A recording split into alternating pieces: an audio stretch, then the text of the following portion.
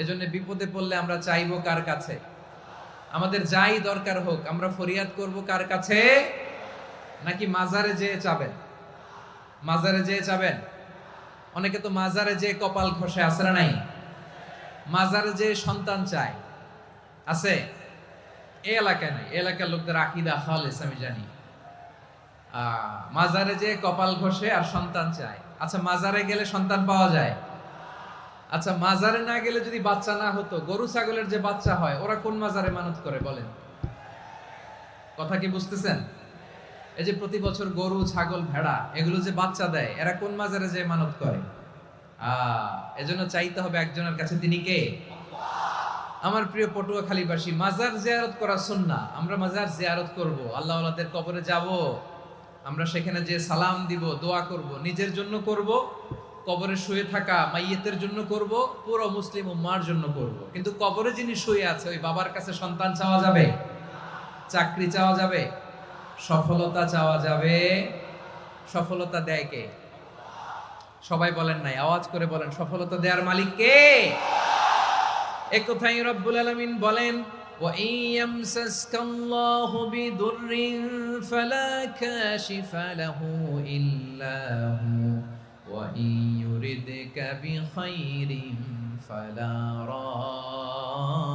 রাদ্দা লিফাদলি ইউসিবু বিহি মান ইয়াশাউ মিন ইবাদিহি ওয়া হুয়াল গফুরুর রহিম। আল্লাহু আকবার।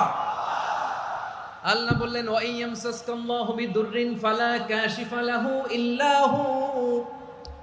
আল্লাহ যদি তোমাকে কোনো বিপদ স্পর্শ করায়, আল্লাহ যদি তোমারে কোনো বিপদে ফেলে দেয়, ওই বিপদ থেকে উদ্ধার করার তিনি ছাড়া আর কেউ নাই। জোরে বলেন ঠিক কিনা? তিনি যদি কোনো বিপদে ফেলেন, তিনি ছাড়া বিপদ থেকে উদ্ধার করার কেউ নাই। আর তিনি যদি তোমার প্রতি কোনো অনুগ্রহ করতে চান, ওই অনুগ্রহ ঠেকিয়ে দেওয়ার ক্ষমতাও কারো নাই। আল্লাহ যদি আপনার সফলতা দিতে চায়, পৃথিবীর কোন শক্তি ওই সফলতাকে থামাতে পারে? এজন্য আল্লাহ বললেন, খবরদার, চিন্তা আর আকীদা খালিস করে নাও। ওয়া ইয়ামসাসকাল্লাহু বিদুররিন ফালা কাশিফা লাহু ইল্লা হু। আল্লাহ বিপদে ফেললে বিপদ থেকে উদ্ধার করার কেউ থাকে না। আর আল্লাহ যদি তোমার প্রতি দয়া দেখাতে চান, অনুগ্রহ করতে চান, ওই অনুগ্রহকে প্রতিরোধ করার মতো ক্ষমতা কারো নাই। তিনি তার বান্দাদের মধ্য থেকে যাকে ইচ্ছা তাকে দেন, যত ইচ্ছা তত দেন। তিনি ক্ষমাশীল, তিনি মেহেরবান। সুবহানাল্লাহ।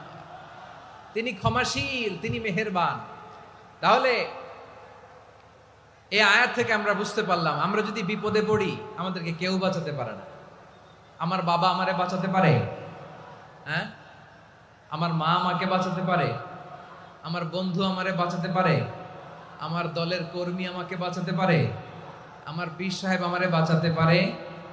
আমার পটুয়াখালীর ভাইয়েরা খেয়াল রাখবেন, বাঁচাতে পারে এক মহান সত্তা, উদ্ধার করতে পারে এক মহান সত্তা। চিৎকার করে বলুন, তিনি কে?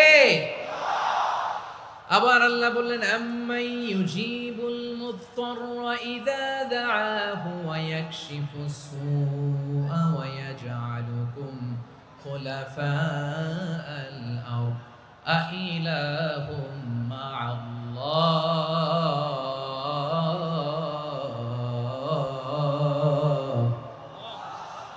ক্বালিলাম মা তাযাক্কারুন। রব্বুল আলামিন বলেন, বিপদে পড়ে কাতর কণ্ঠে চিন্তাগ্রস্ত হয়ে যখন কেউ ফরিয়াদি হয়ে আল্লাহর ডাকে হাত তোলে, তখন এই ব্যক্তির ডাকে সাড়া দেয় কে?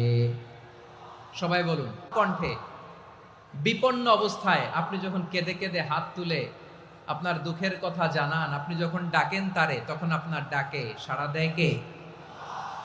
আল্লাহ বলে, আমি সাড়া দেই। তোমাদের বিপদকে মুক্ত করে দেয় কে? ওই আল্লাহর সাথে কোন উপাস্য আছে নাকি? কিন্তু খুব অল্প সংখ্যক লোকই তোমরা উপদেশ গ্রহণ করো। কথাটা কার? তাহলে বিপন্ন মানবতা যখন কাঁদে, মানুষ যখন বিপদে পড়ে নিরুপায় হয়ে ফরিয়াদ করে, তার ডাক শোনার কেউ নাই একজন ছাড়া। চিল্লায় বলেন তো, তিনি কে?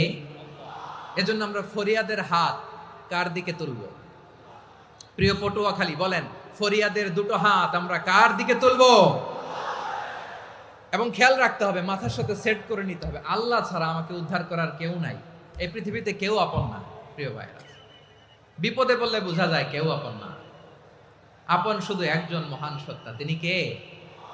এটা কি আপনারা খেয়াল রাখতে পারবেন? হ্যাঁ, বিপদে আপদে কেউ আমাদের বাঁচাতে পারে না, তরাতে পারে না, মুক্তি দিতে পারে না, উদ্ধার করতে পারে না, একমাত্র আমার প্রভু ছাড়া, আল্লাহ ছাড়া। চিল্লায় বলেন ঠিক কিনা?